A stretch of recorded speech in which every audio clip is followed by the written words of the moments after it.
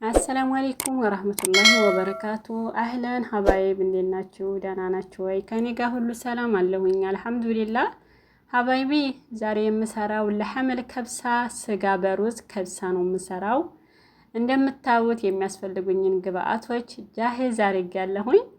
የሚከታተፉን ከታተፌ የሚዘጋጁትን ቅመማ ቅመሞችም እንደምታዩት እንዳስፈላጊነቱ ይሄው ጃሂዝ አድርጌያለሁ።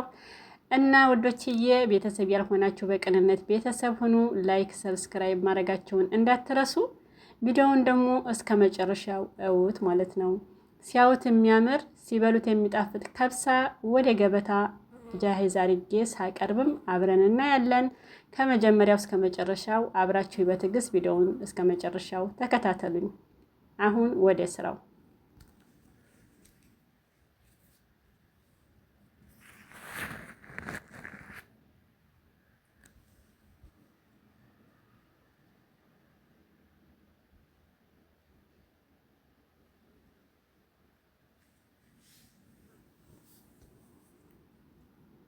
መጀመሪያው እንደምታውቁት ሽንኩርቱን የተወሰነ መሰል መሰል አድርጌ ዘይት እጨምራለሁኝ።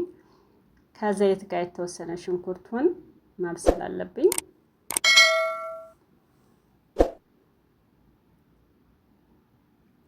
ሐመስ አደርገዋለሁ።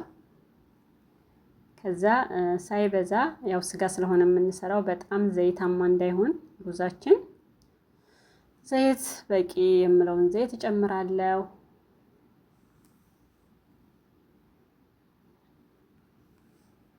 ስጋ ሲሆን ያው ዘይት የተወሰነ የራሱ እንትን ስላለው ያው ብዙም እንትን የለውም፣ ጮማ ምናምን ነገር የለውም። ስጋው ለከብሳ የተዘጋጀ ስጋ ነው። ግን ቢሆንም ብዙም ዘይት ስለማይጠቀሙ ዘይት ማብዛት የለብንም። እንደምትፈልጉት መጠን ዘይታችሁ ትጨምራላችሁ።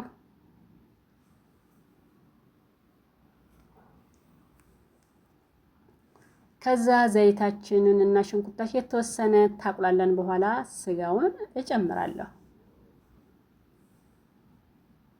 ስጋውንና ሽንኩርቴን የተወሰነ ገልበጥበጥ አደርገዋለሁኝ። መሰል ያው ምግብ ዋናው ነገር ጣዕሙ አይደለም። እያንዳንዱ ስንሰራ ምግብ ተቀደም ተከተሉን ጠብቀን ስንሰራው የምንፈልገውን ጣዕም እናገኛለን።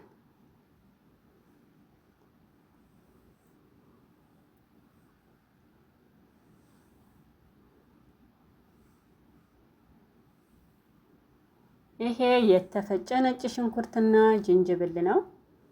ጨምሬ ለቅለቅለቅለቅ አድርጌ መሰል አደርገዋለሁኝ። ማሻአላህ ሽታው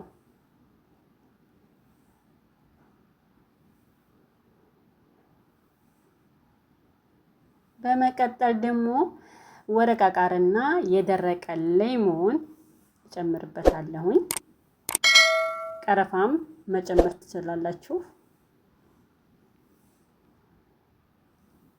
ከዛ ደግሞ የሚያስፈልጉኝን ባህራቶች ሰባ ባህራት፣ ኩርኩም፣ ፍልፍል አስወድ፣ ከሙን፣ ማጂ እኒህ ደግሞ በርበሬ የሚመስሉት የኛን አይነት ቅመም የሆኑ የማይቃጥሉት ለከብሳ ተብሎ የተዘጋጁ ቅመሞች አሉ። እነሱንም ጨምሬበታለሁኝ።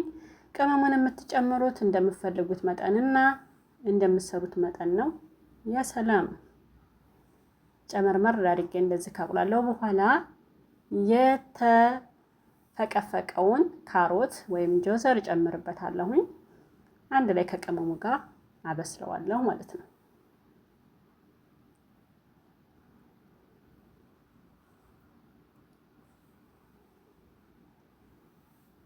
ካሮቱንና ቅመማ ቅመሙን ስጋውን እንደዚህ የተወሰነ አብረን የተወሰነ ካበሰልን በኋላ የተከተፈ ቲማቲማችንን እንጨምራለን።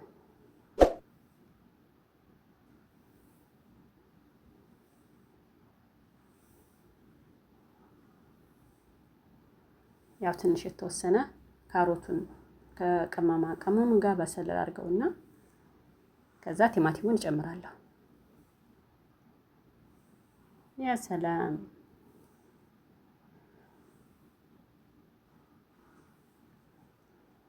እንደዚህ ቲማቲሙንና የሚያስፈልጉን ግብአቶችን ጨማምሬ ከስጋው ጋር የተወሰነ እንደዛ አቁላልቼ ካበሰልኩኝ በኋላ መጨረሻ ላይ አሁን የቀረን ሰልሳ ነው። ሰልሳውን ያው መጨረሻ ላይ ነው የማረገው። እንደዚህ የተወሰነ ገልበጥበጥ አድርጌ ካማሰልኩት በኋላ ይኸው እንደምታዩት ማሻአላህ ደስ ይላል። ከረሩም ጣዕሙም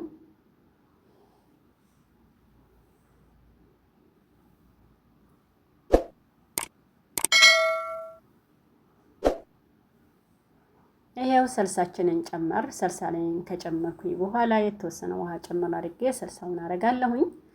ከዛ በቂ የምለውን ውሃ ጨምሬ ከ20 ደቂቃ እስከ 25 ደቂቃ መብሰል አለበት ስጋው። በቂ የሚያስፈልገን ውሃ ከጨመርኩኝ በኋላ መጨረሻ ላይ እንግዲህ ሩዝን ነው የምጨምረው። ሩዛችን በስሎ ወደ ገበታ ጃሂዝ እንዴት እንደማረግ አብረን እናያለን። እስከ መጨረሻ ቪዲዮውን ላይክ እያረጋችሁ ወዶቼ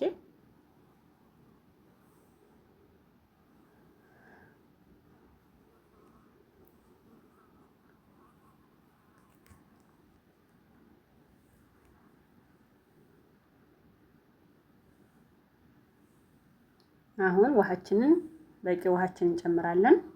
ስጋችን እንከርናለን። ስጋችን በስሎ እንግዲህ ወደ ማድ ስናቀርብ ያለውን ነገር አብረን እናያለን።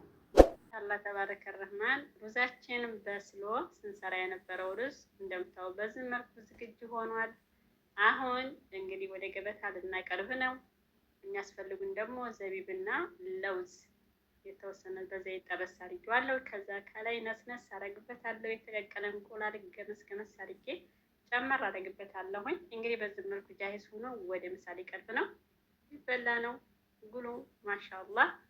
ቀጣይ ቪዲዮ እስከምንገናኝ በያላችሁበት ሰላማችሁ ብዙ ይበልልኝ። ስለምትከታተሉኝ አመሰግናለሁ። ባይ ባይ።